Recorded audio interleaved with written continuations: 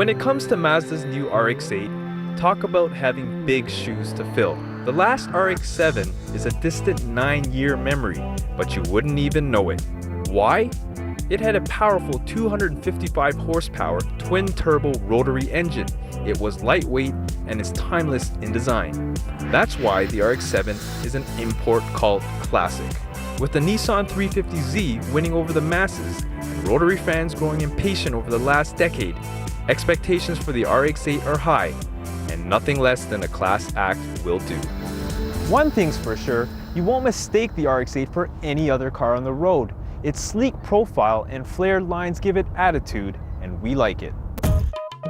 And with 4 doors, you can say goodbye to the contortionist act every time passengers exit from the rear. And with less complaining too, because the rear seats are like mini captain's chairs. The RX-8 starts with a base price of $27,200. Our tester here with the navigation system and GT package stickers in at $33,734. Compared to the similarly priced 350Z, whose interior is mediocre, the RX-8 shows you how great of an interior 30 grand can buy you. But all this talk about comfort and utility is boring us right now, because staring at this car simply evokes one thing. A quick glance at the spec sheet might be cause for disappointment. Gone are the power-inducing turbos in favor of a naturally aspirated setup.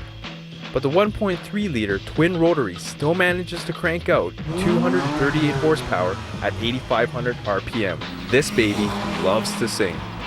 The real issue here is torque. The old car has 217 pound-feet.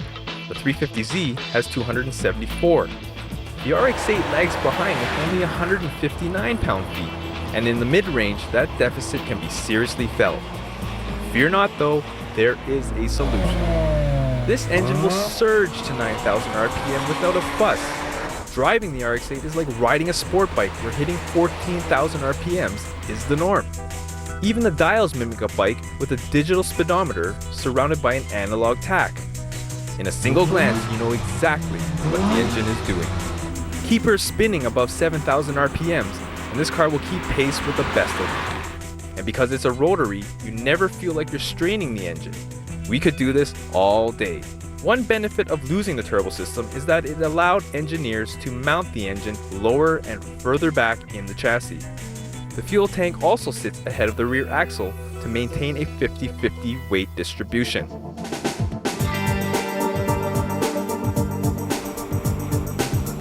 Out on the roads at cruising speeds, you learn to appreciate the quality interior and smooth engine. But as the road starts to curve, the RX-8's enthusiasm builds and the smile just gets wider and wider. Its double wishbone front suspension and multi-link rear hug the pavement and gives us the confidence to brake late and push hard through the corners. The chassis is balanced and neutral in nature, making even a novice driver look like a seasoned pro. You can fling the RX-8 from side to side and it simply won't bite.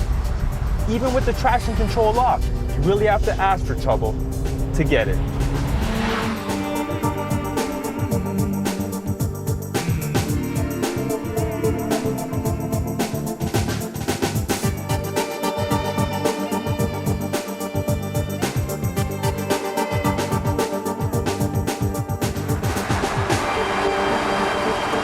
From the driver's seat, you can see clearly in front of you.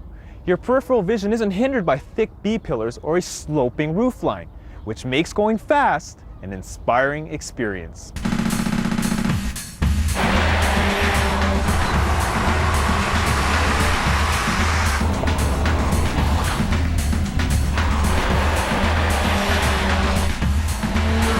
The 6-speed gearbox just adds to the excitement with its short, direct throws and pedals that are perfectly placed for flipping the throttle as you roll down through the gears. You'd be surprised how many companies still get something as simple as pedal placement wrong.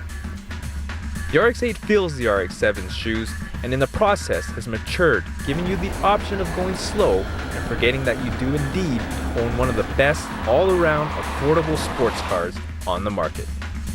It could use more power, perhaps even a turbo, but this car is no slouch. And if you're a driver that finds more thrills in the twisties than in blasting in a straight line, this car will not disappoint. It may have taken Mazda 9 years to bring back this Japanese muscle car, but we can say without a shadow of a doubt, it was all worth waiting for. For AutoWeek magazine, I'm Andrew Liu.